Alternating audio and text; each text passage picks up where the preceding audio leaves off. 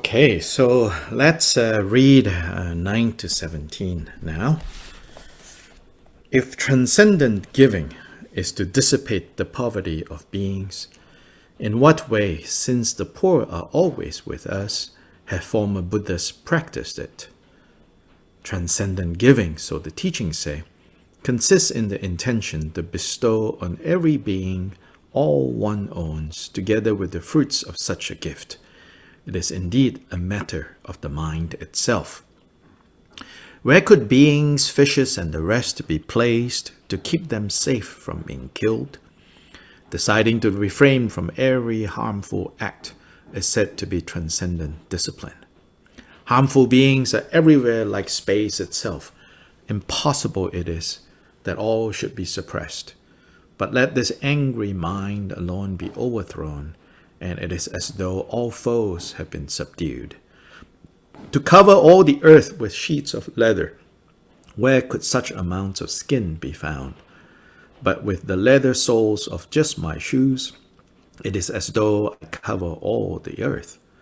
And thus the outer course of things I myself cannot restrain, but let me just restrain my mind, and what is left to be restrained. A clear intent can fructify and bring us birth in such as Brahma's realm. The acts of body and of speech are less. They do not generate a like result.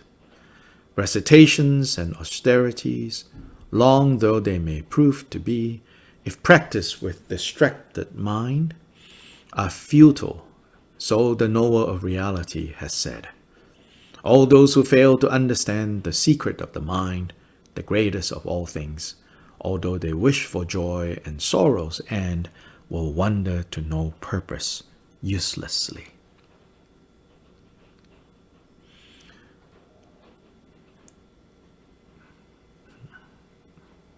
Yeah, so this section,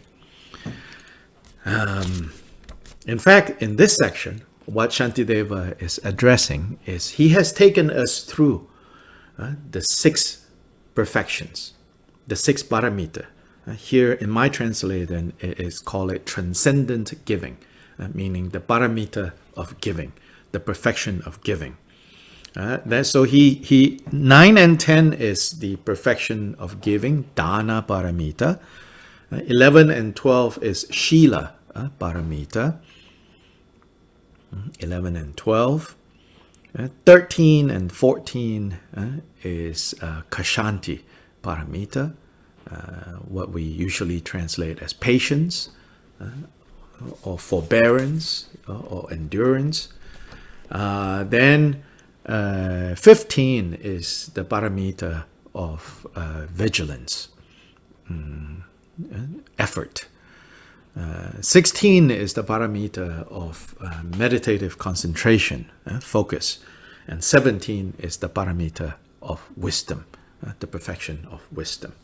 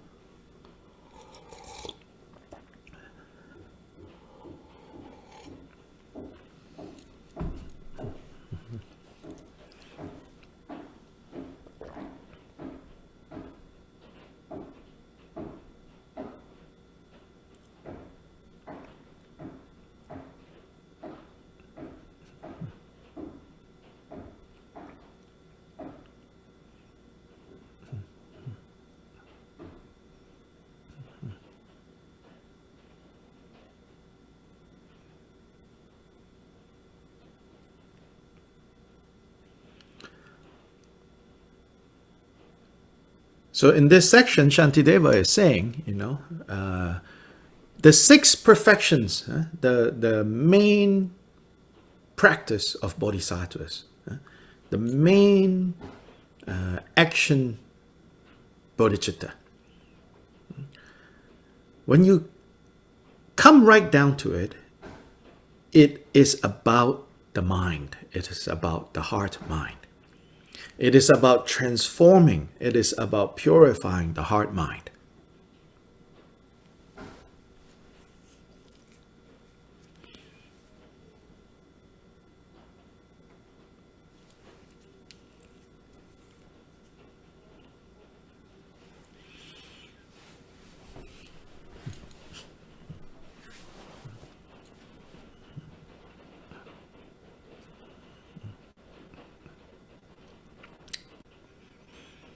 So, verse 9 and 10. Yeah? So he says, when it comes to, for example, practicing the perfection of dana, of giving, he says, you do not achieve, right, the perfection of giving. And the perfection of giving is not achieved when you have finally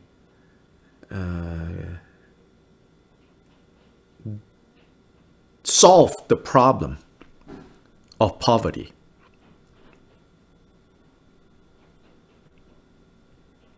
Meaning, you have taken care of the problem of poverty. Nobody else forever will have to face poverty. He says, this is not dana paramita. This is not the perfection of giving.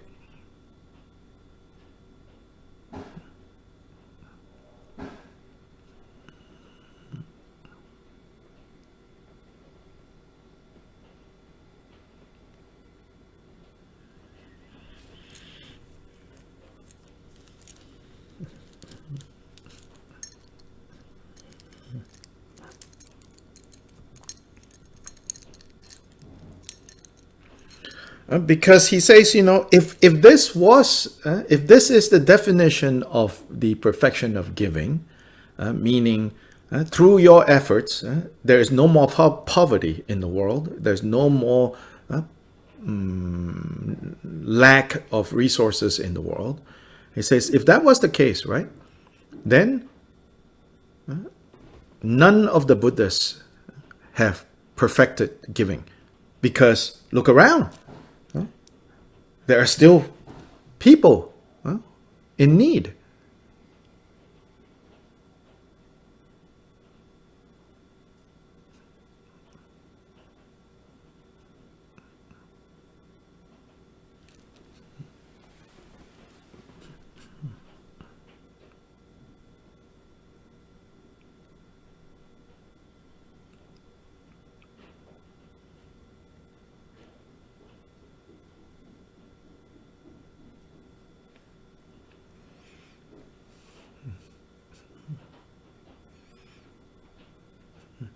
So what are we working on when we're working on the paramita of giving? It is to refine our own mind so that from all corners of our mind, even the slightest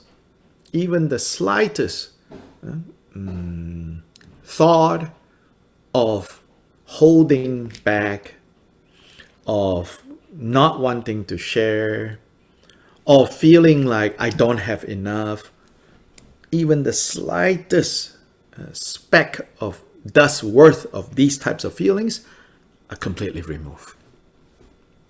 That is how dana paramita is achieved.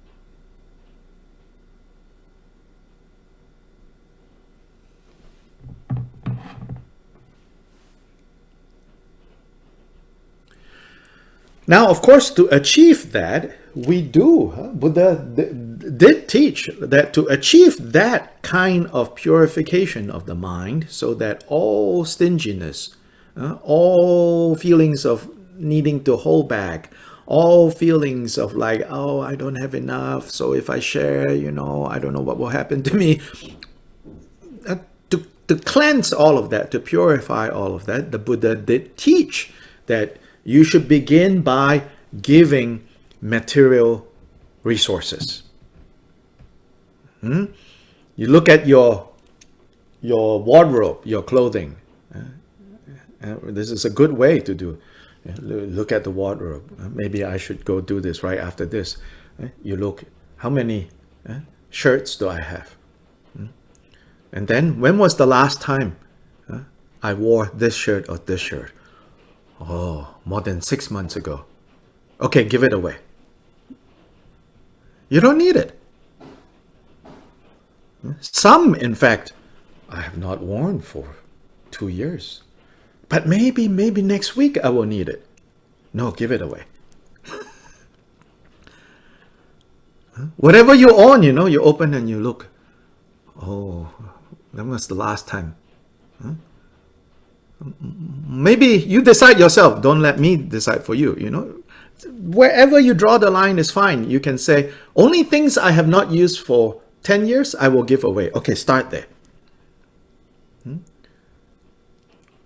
10 years, fine, wonderful, And I'm sure you will find something. Oh, for 10 years I've not used it. Give it away. Or then from 10 years, maybe you reduce it to 10 months. If for 10 months I have not used this, give it away. Give it away. So yes, Buddha did teach. First you give away material resources. Because you cannot say, oh, it's just training the mind. And then, meanwhile, you hold on to all your stuff. That is when we misuse, the common saying, oh, it is the thought that counts, We often use this to kind of excuse ourselves for having forgotten someone. Last minute, we remember, oh, it's this person's birthday or this person's anniversary. Then we simply grab something we can find and say, oh, give it. Then people say, oh, it's the thought that counts. But there, obviously, the thought is very small. So you cannot, on this excuse, and say, oh, Shantideva says the practice of generosity is about the mind. So meanwhile, then you keep all your stuff. You're not willing to let go, everything. Doesn't work.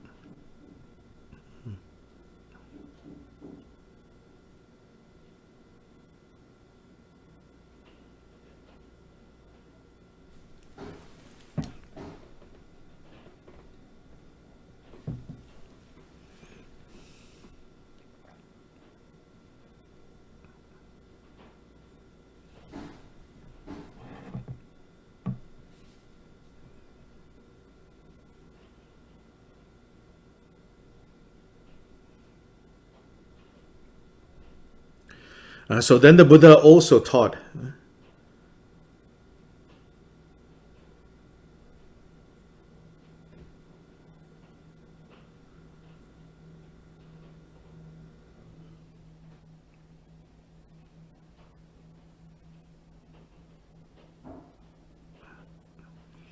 beyond giving material resources.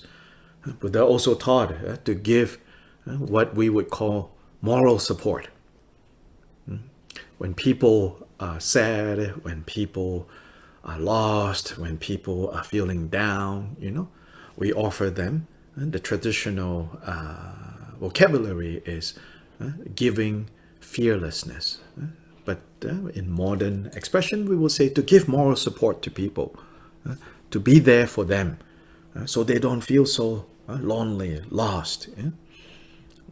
So to do that. Of course, with that, we have to do it skillfully, we don't want, for example, for people to misunderstand, why we're doing that. And create kind of confusion. People might think, oh, you're interested in them, or that sort of thing. So you also have, it's not just like, oh, give moral support, give moral support. Have to do it with skill. The underlying motivation should be, this person is suffering. How can I give them moral support? Sometimes we say, I will pray for you. Now, even though, like from another perspective, you're like, praying itself is not really going to solve a lot of problems, But at the right time, at the right moment, we genuinely can say to someone, like, please don't worry. And meanwhile, I will pray for you. I will ask my friends to pray for you. That helps. That helps. You give people moral support. So that's the second kind of giving the Buddha also taught.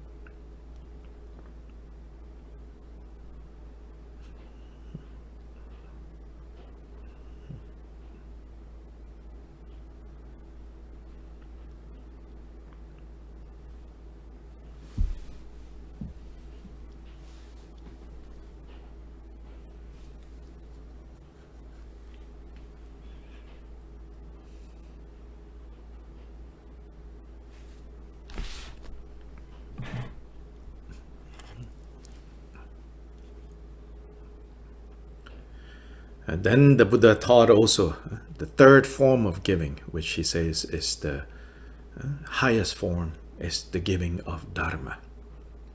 So giving of dharma here isn't just limited to the formal giving of teachings, a lama, a teacher, a guru giving teachings. Of course, it's that. But at the heart of that, it is giving of dharma is about being able to share with someone an understanding of how things are, the reality of things.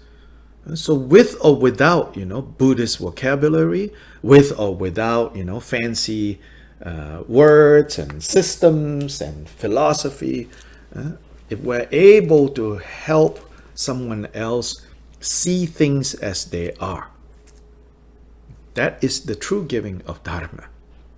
Dharma is reality. Dharma, the Sanskrit word dharma has different context, slightly different meaning.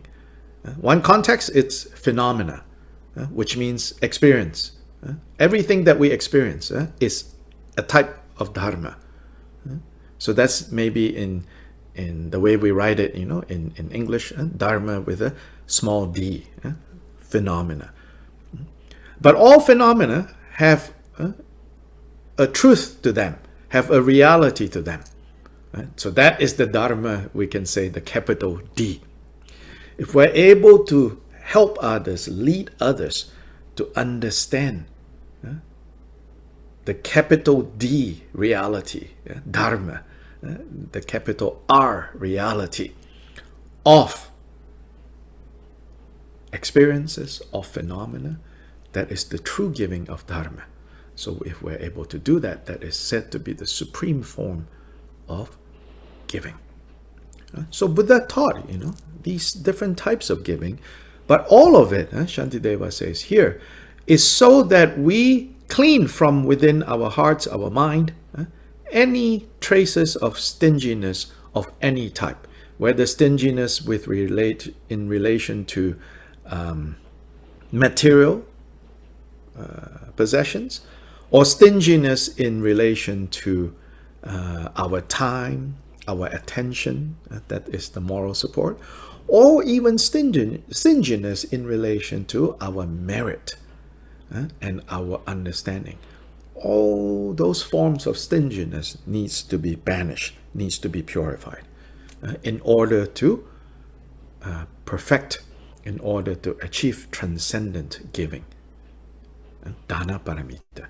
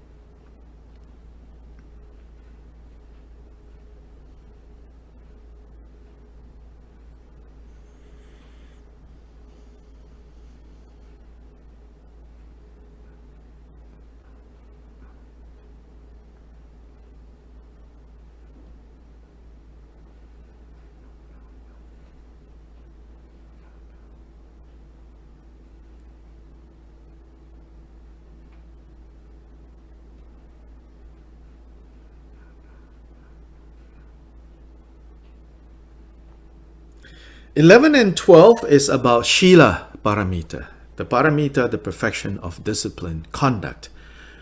So here, Shantideva also helps us to understand what is like at the core of Shila. So discipline conduct, again, ordinarily, in many other religious contexts, it has to do with following rules, being obedient, not breaking the law of God or whatever, even like the law of the universal law, So a lot of times, people think Shila is about that, not breaking the rules, meaning like not offending some authority that has set down this rule. And if you do that, you will be punished. Or like these rules are put there, to keep everyone behaving. No, this is not the gist of what Buddha's teachings about disciplined conduct is. Buddha's teachings about disciplined conduct is, as it says here, it's to refrain from every harmful act. Meaning, Shila, all the rules, all the vows, the five lay vows, up to the monks and nuns, hundreds of different rules of training, they are all geared towards minimizing harm to ourselves and harm to others.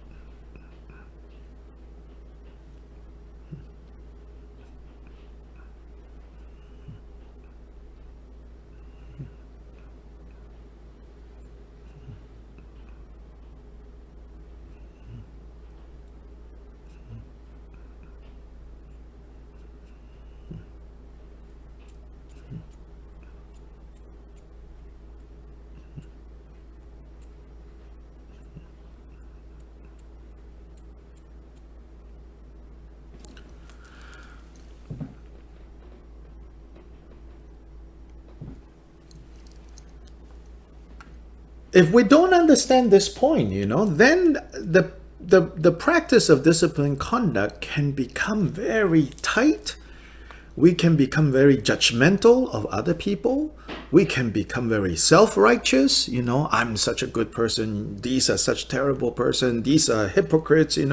They say this, but they do that. We become like more and more intolerant, and we become more and more harsh towards other people. We go about, kind of seeing all people's faults.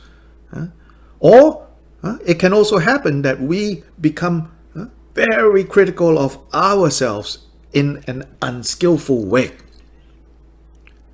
Buddha taught mental scrutiny, which is the topic of this chapter, but skillfully being watchful of what we do, not with judgment, not with harshness, not like that. So it's important that we understand, the essence of disciplined conduct is minimizing harm. It's not about, to be morally superior, because then that is all part of puffing up the ego. So one of the hindrances it is said that we have to overcome on the path is rigid adherence to rules. One of the first hindrances to be rid of, to purify, is rigid adherence to rules. What is the problem with rigid adherence to rules is we become, as we say in English, like holier than thou. I'm more holy than you. I'm better than you. So we have to guard against that.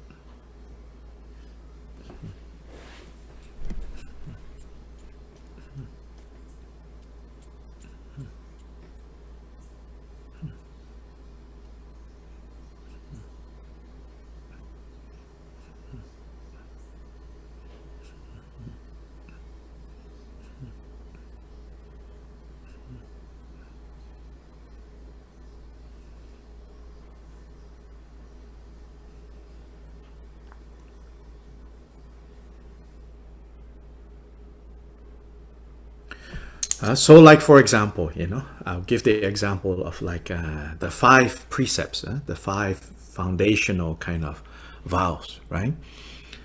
First precept, when you have decided that you want to practice a more kind way of life, don't make other people feel bad about it.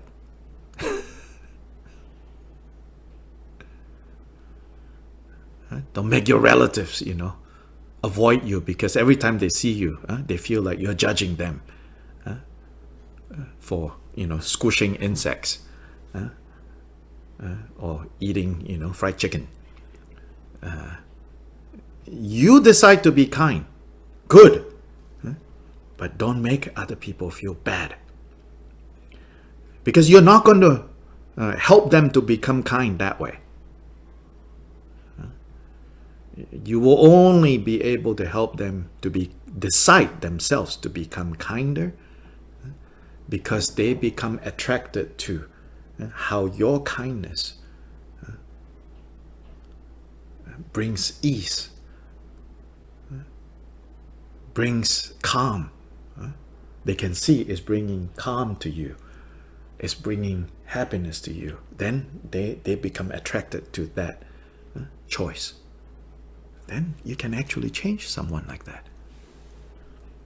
If you try to shame someone into being kind, it will not work. If you try to scare someone into being kind, it will not work. Short term, it might seem to work, but it will not work in the long run.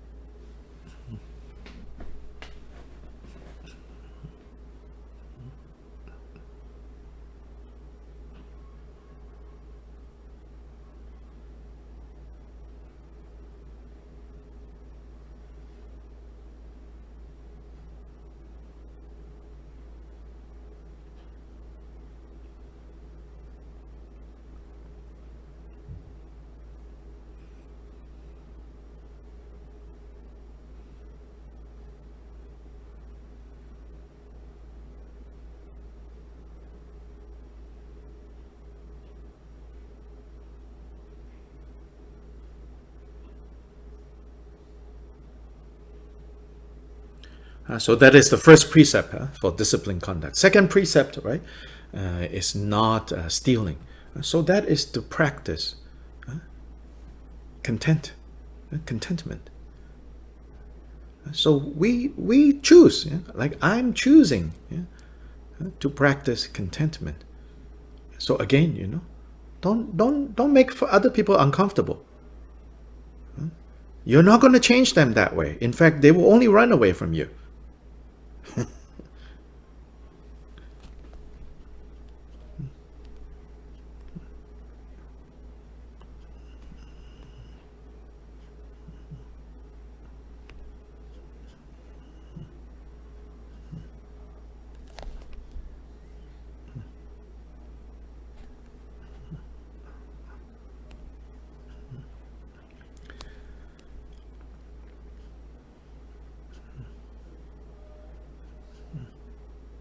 And the third is to refrain from sexual misconduct.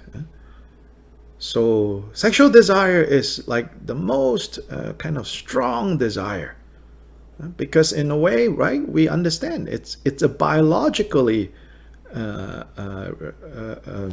of on the DNA level, you say that, to let the genes continue to procreate, it's on the DNA level. So on that level, sexual desire is very basic. But at the same time, what Buddha taught is like, don't misuse this. Because it's so, it's so kind of like pervasive and so subtle sometimes, that you will misuse other people, and betray the trust. So you decide, like, I'm not going to betray trust. I'm not going to exploit others, and I'm going to kind of pull back, this energy that is going in all direction at all times. I'm going to pull back. Why? Because I respect others, and I respect myself. So that's, and again, you don't do it in such a way, that people think that you're judging them. You do it because you have decided, this is good. This brings calm and happiness to my life.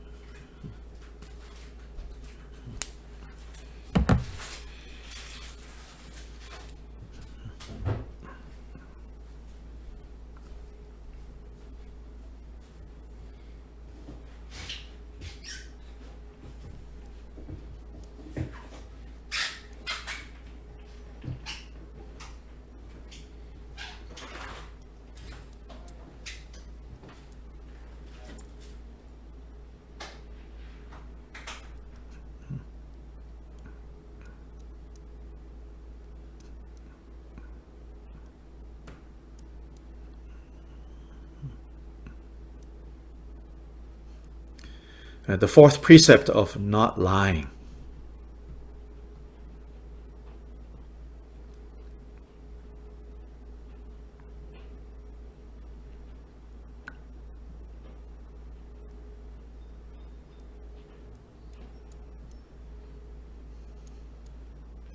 That is a decision to not, to be truthful. But again, it's not like a moralistic truthful. Like, I will tell the truth no matter what. And then at that time, it's become rigid. Even if your telling of the truth might, result in a lot of people being harmed, you're like, I have to tell the truth. Not that kind of truth. This is about, I will not use deception as a way, as an easy solution to problems. I will not use deception, because if I use deception, lying, no peace of mind, because I cannot keep track of all the lies that I'm telling. No peace of mind, So you decide, okay, I will minimize lying.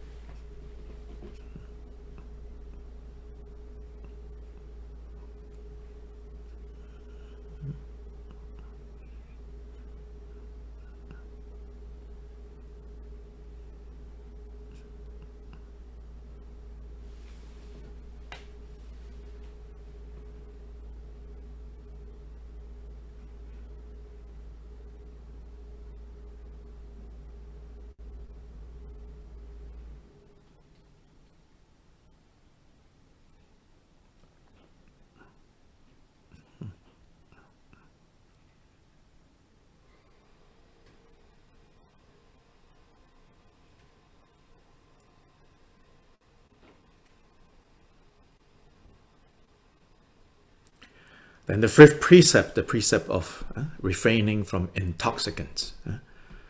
So you don't cloud the mind deliberately. You don't take substances that will cause the mind to become impaired. Usually, like, make it, very happy, exaggerating the happiness, drugs, alcohol, So when you take that precept, again, it should not be like a judgment on others.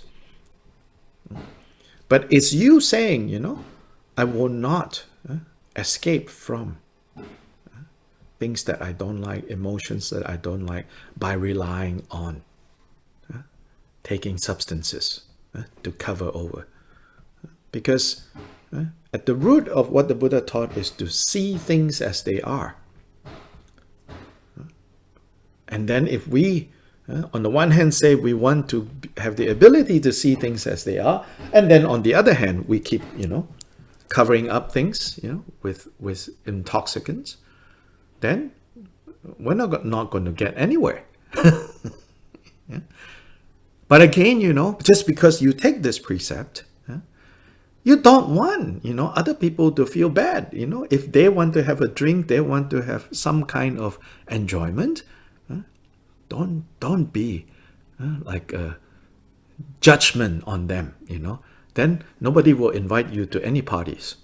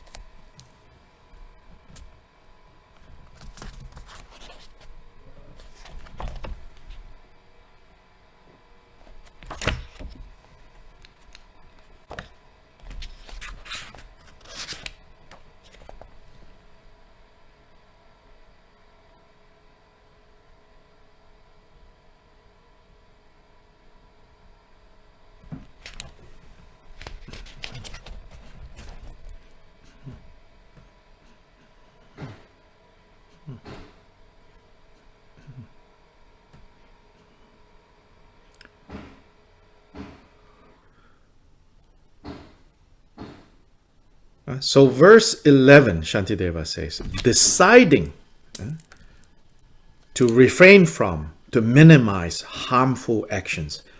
That is how we actually practice disciplined conduct.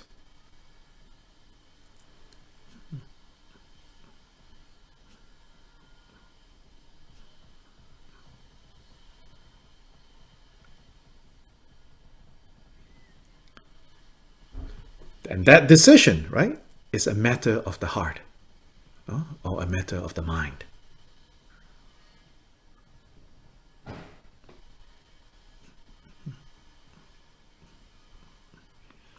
So if we settle that matter, we've refined that matter, and the more we refine that matter, then the more we can observe all the precepts quite naturally.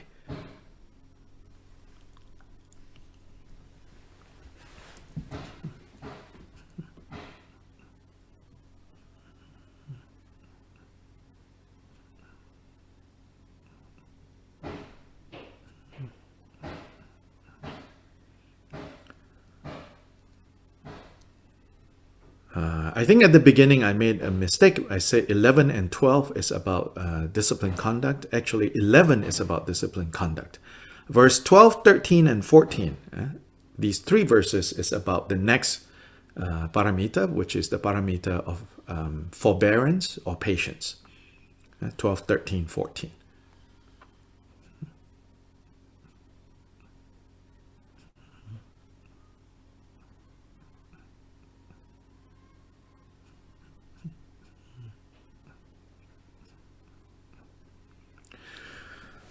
Disciplined conduct is what we decide to practice in order to prevent us from being the cause of harm.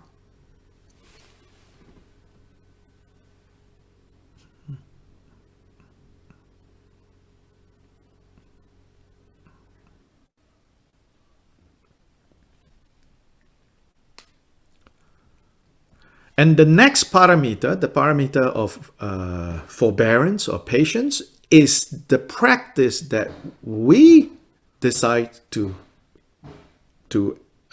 take, to observe, to hold, in order to prevent harm from coming to us.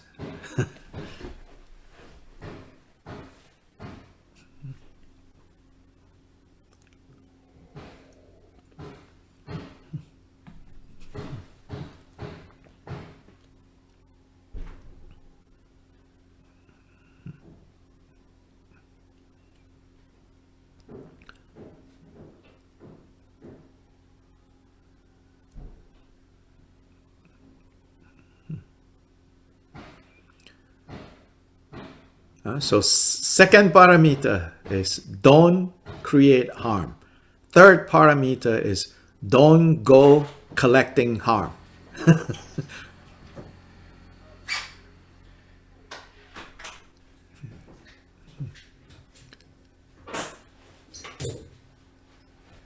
Yeah, so they work hand in hand. Today we won't look at that one, verse 12, 13, 14.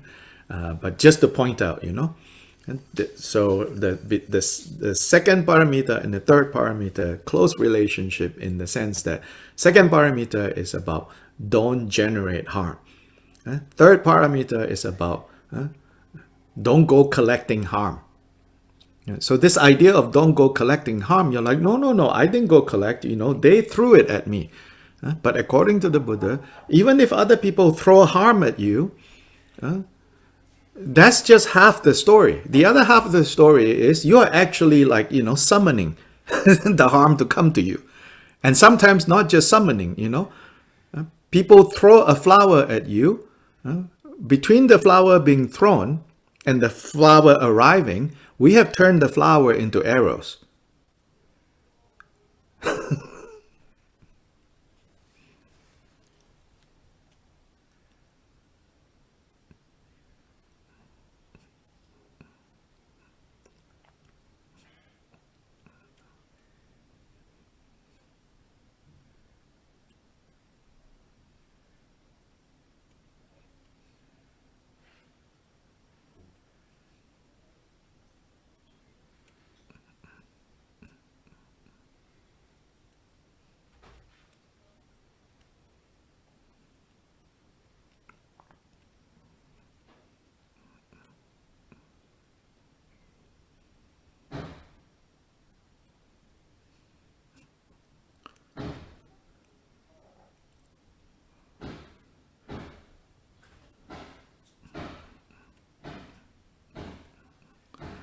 So there's a Turkish saying, a flower thrown at you by a friend hurts more than a rock thrown at you by a stranger.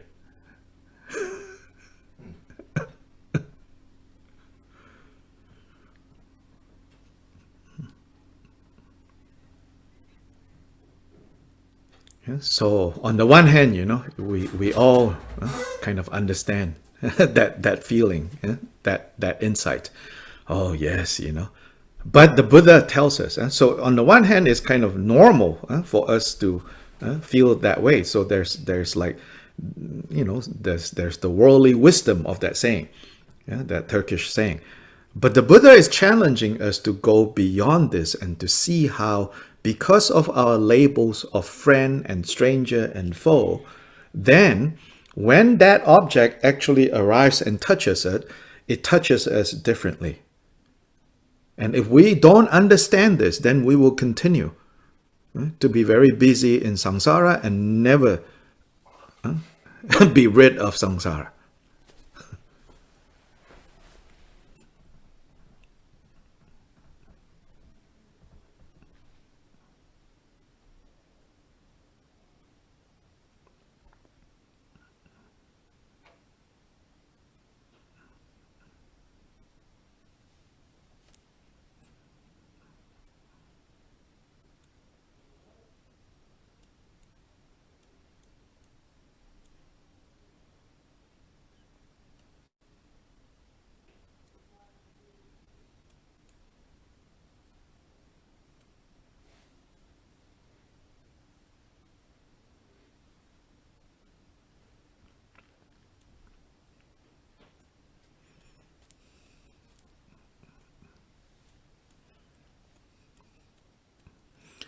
But be careful, you know, not to use this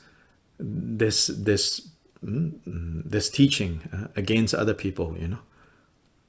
So then we are not careful about our own actions, and we cause harm to other people. Then we tell other people, especially other Sangha, Buddhist people, hey, Buddha says, you know, you are responsible for your own harm. What has that got to do with me? That is mispracticing the third paramita without practicing the second paramita.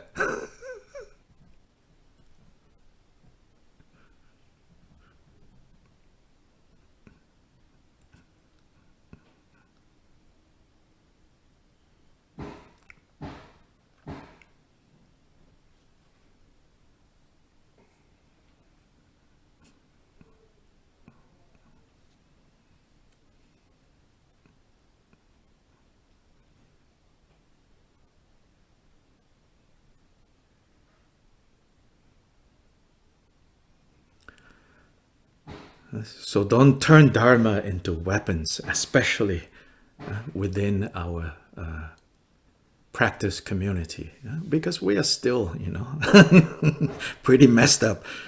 So we have especially got to be diligent and not to let Dharma turn into poison.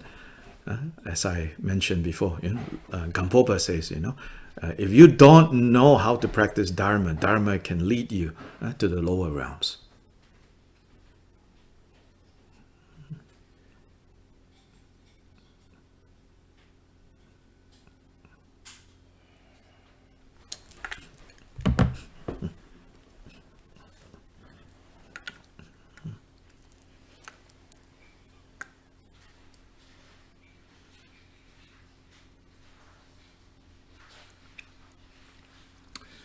So we will end here today.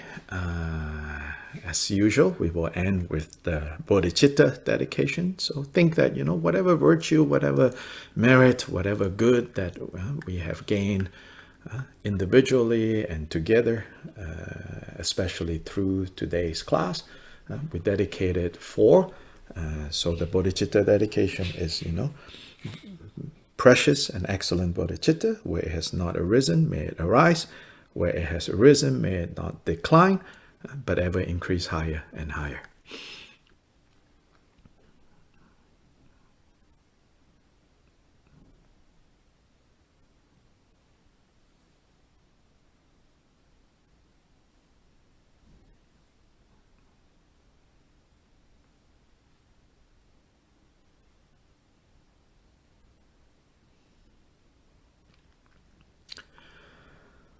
Changju Semcho Rinpoche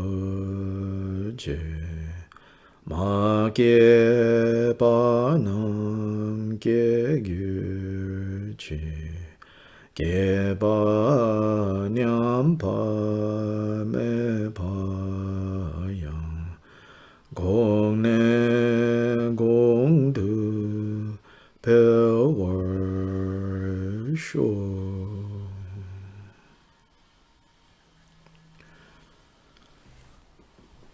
Okay, ta-ta. Gracias. Gracias. Thank you, Gracias. Dr. Good Lai. night. One Gracias. Gracias. Gracias.